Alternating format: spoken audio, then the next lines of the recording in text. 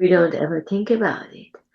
So bringing our attention and awareness to this breath and really being with it, really becoming curious. Where is it going? What's happening? What do I feel when it enters my body? When it leaves my body? How do I feel different when I'm paying attention to it?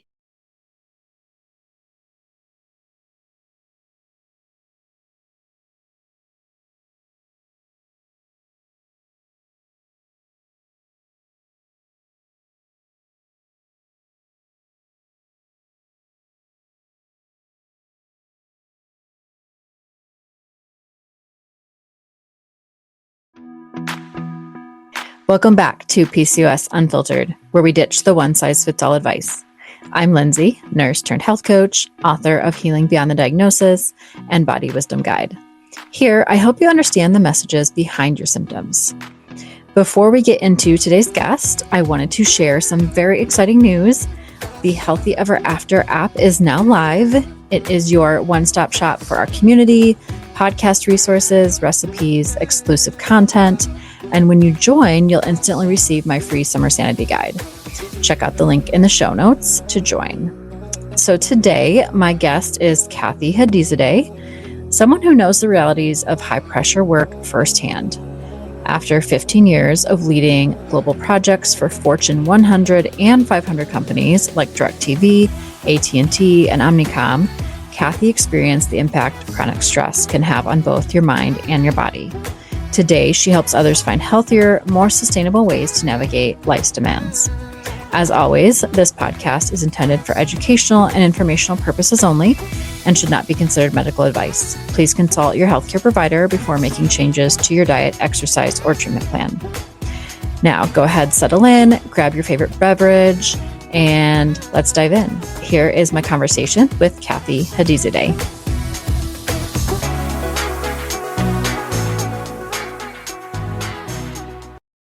A lot of people tie their identity to, their productivity, to all the do that, stuff.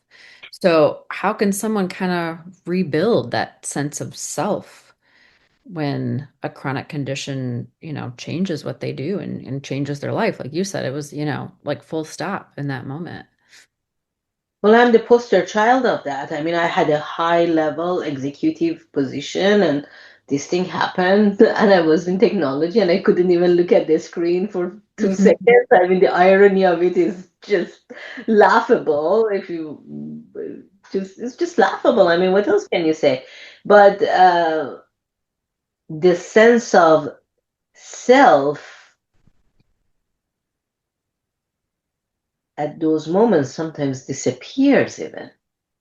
Because who am I without my title? Who am I without affiliation with a corporate world? Who am I without affiliation with, I don't know, whatever it is that is giving meaning to a person's life? So there is a couple of things in there. First of all, regardless of a chronic condition, I always work with people to build an identity regardless of the outside world. Because nobody knows when the doctor sits across from them and tells them something that they don't want to hear. Nobody knows that. Yeah. And it's a millisecond that changes a person's life in many unpredictable ways. Mm-hmm. Yeah. So I would say maybe some of your audience are not dealing with something. Spend energy, time, invest on building that for yourself, whatever that is, outside of your work, your title, the world thinks you are. That's Mm-hmm. one thing. But for the people who are in that um, in the arena, eh, it is some work to build that. Some work, and I'm not gonna say it is easy, but it is doable. The emphasis on the word doable. Mhm. which is very different from the sense of something is not curable, right? So this is doable. So allow yourself to first feel the sense of possibility. Yeah. And then from that space, it is shifting the perspective from how the world has conditioned us. The world conditions us that success is about having and having and having. And it is time to focus on what fulfills you. And fulfillment comes from being. And being has nothing to do with doing. I know my words might sound lofty. People might stop here and just write this thing down so that they can go and sit with it because it's not something that will think in this moment for them. But please write them down.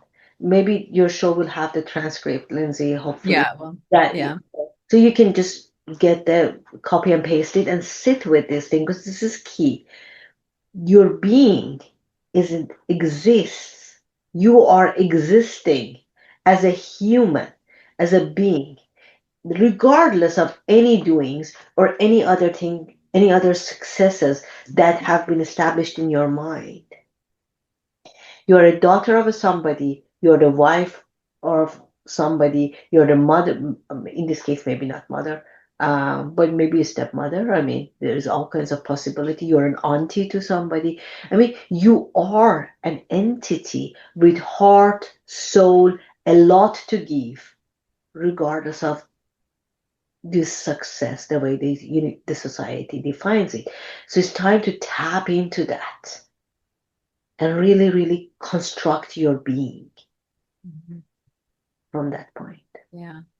I had a mentor a couple years ago that introduced me to that concept, be do have. Mhm. Because a lot of us think that we, especially like clients that I work with, and even when I was a gym owner, and a lot of people would say, well, I have to improve my fitness to to do this, or I have to, have this before I can, do this. And when you flip that around and just be the person that does Mhm. the thing to, have whatever it is, I think that Right, changes the whole perspective. Yeah. right. Um, so I talk a lot about on my, on podcasts I've been on in this show, about stress and nervous system regulation. How Mhm. can an intentional pause support the nervous system, support um, emotional regulation, reduce stress, especially for those navigating ongoing health challenges? Well, the literature and the medical evidence on this is numerous. So, first, I want to preface by saying that there is science, there is literature on the science, numerous publications that support the fact that uh, our breath and connecting with our breath is key for regulating our nervous system. Now, there is another piece in there that I want to draw everybody's attention because that's less mainstream, which is the subject of attention. So, because we are breathing, all of us, 40,000 times a day, but it is just happening. We don't even think about it unless somebody has a respiratory issue. We don't ever think about it. So, bringing our attention and awareness to this breath and really being with it, really becoming curious. Where is it going? What's happening? What do I feel when it enters my body? When it leaves my body? How do I feel different when I'm paying attention to it? These are a lot of things that can happen. And you will see as you're trying to be with your attention to your breath, you will see that your attention leaves you. You think about the lunch. Think about, oh, yeah, shall I eat that or shall I eat this? Or yeah, and then there is something beautiful that did you notice that your attention has shifted. And then you bring the attention back to, oh yeah, yeah, I was paying attention to the breath. And then I went to the lunch. Okay, okay. Let's bring the attention back to this breath. And then when you do this, you're building a loop that strengthens your attention, that allows you to be with your breath. And that is a regulating mechanism for your nervous system and your emotions. Mhm. And when we have strong emotions, when we are sad, sad is a strong emotion, sadness. I mean, we are, I can't tell you, like, it seems my symptoms have a correlation with whenever something is good is happening. Like, whenever we are invited to a party or my daughter is coming from college, my symptoms decide to show up. My symptoms show up, my life becomes headache. Go sit in the dark room, rest. I cannot leave the bed. I cannot be with other humans, and that makes me extremely, extremely sad. So that's a really sad emotion to be with, and staying with the breath and attention at that time is very challenging. I don't know how many times in my life I have sat with that, but still, it is challenging. The challenge is not less.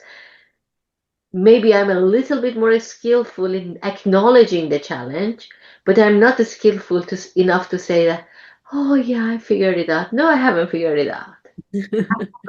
And I have sat with this, I don't know, thousands of times at this point that we are speaking, because it happened a lot to me. Mhm. But even allowing yourself to say, this is a hard moment. This is hard on me. I acknowledge I'm sad. This sadness is hard on me.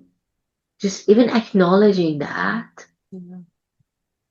it will regulate your nervous system. Mhm. There Yeah. is science on that. What I'm telling you guys is all, folks, is all science based. There is nothing that I'm just inventing, even if it feels like very mumbo jumbo-ish. It is not. It is, there is science, proven science that this can help. So practice it, practice it, and see how the word suffering that you might be experiencing might be a little bit less heavy. Yeah. I love that. I mean, even just starting with like, just a minute or two a day, to Mhm, start because mhm, we are in such a go, go, go mode all the time. mhm, You might have to start small, but you just have to start mhm, somewhere, you know. mhm, Another big theme of the podcast and everything I do is about listening to our bodies. That mhm. was even from my personal experience as well. And PCOS can bring about a lot of just hormonal shifts, um, ups and downs, fatigue, emotional toll on them. So how can women use intentional pause to better listen to their bodies and then respond with care instead of pressure? Oh, there is the understanding of pressure. Like, when my daughter is coming home, the I want to be with her, but also there's a pressure in me that she's coming to see us, Hmm. right? There is a pressure. I cannot deny that. I mean, she's coming home to see her family. Hmm. So I have a choice to succumb to the fact that she wants to see me. I am suffering. My head is hurting. I can force myself to go and sit with her and or do whatever is the thing and get worse. or I have a choice to just tell everybody that I'm sorry, mommy's having the headache, the famous headache. Mommy needs Mhm. to rest. And it's not ideal by any means, Lindsay. It's not ideal by any means. But building some tolerance in yourself against the pressure, building some way of allowing yourself to be kinder to yourself is really key. Because I can't tell you how many people they come to my self-compassion programs and they are very, very amazing, high achieving people, but they are kind to other people, but they don't know how to be kind to themselves. Mhm. Because kindness to ourselves honestly comes at the bottom of the list. We have the capacity to be kind to a lot more other people than ourselves.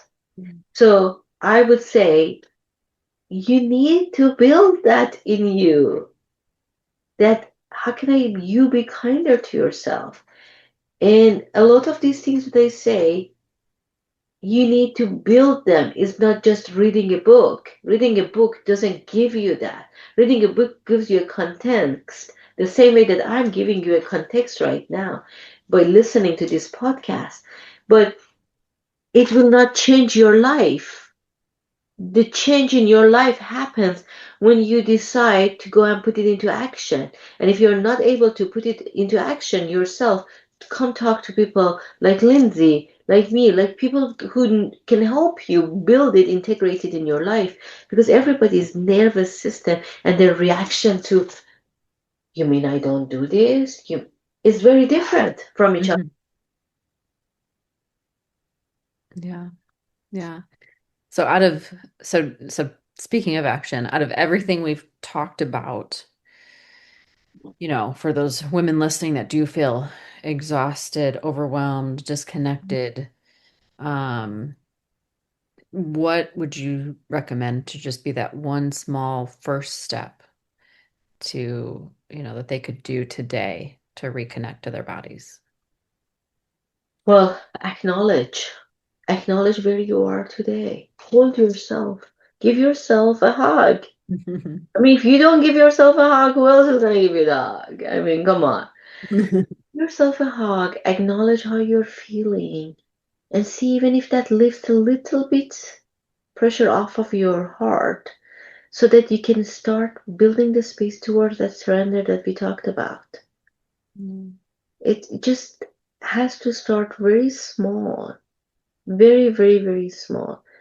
And people are very used to dramatic gestures because we live in a world that Instagram makes it feel like you want to be kind to yourself tomorrow morning. You're going to be like all the smiles and giggles. No, no, it's not like that. It's not that fast. It's not.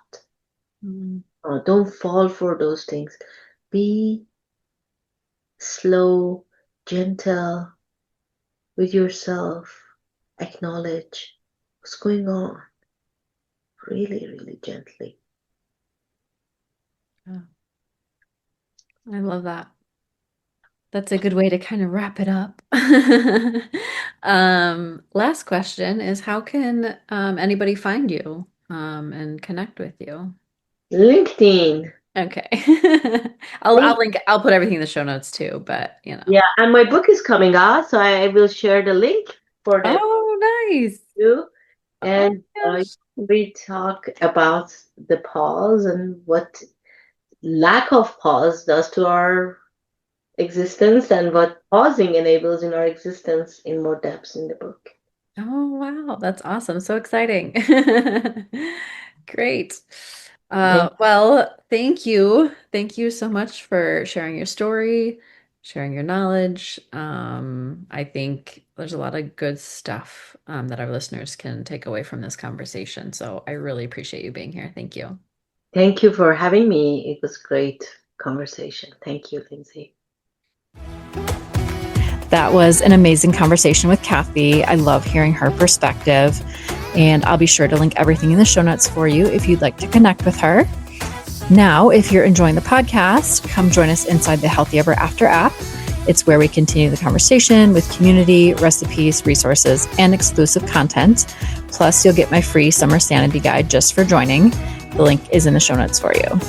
And if you loved this episode, make sure to subscribe, leave a review, and share it with someone who needs to hear it. Because healing doesn't come from doing more, it comes from understanding better. I'm sending you so much love, and I'll see you on the next episode of PCOS Unfiltered. Nourish, Heal, Thrive.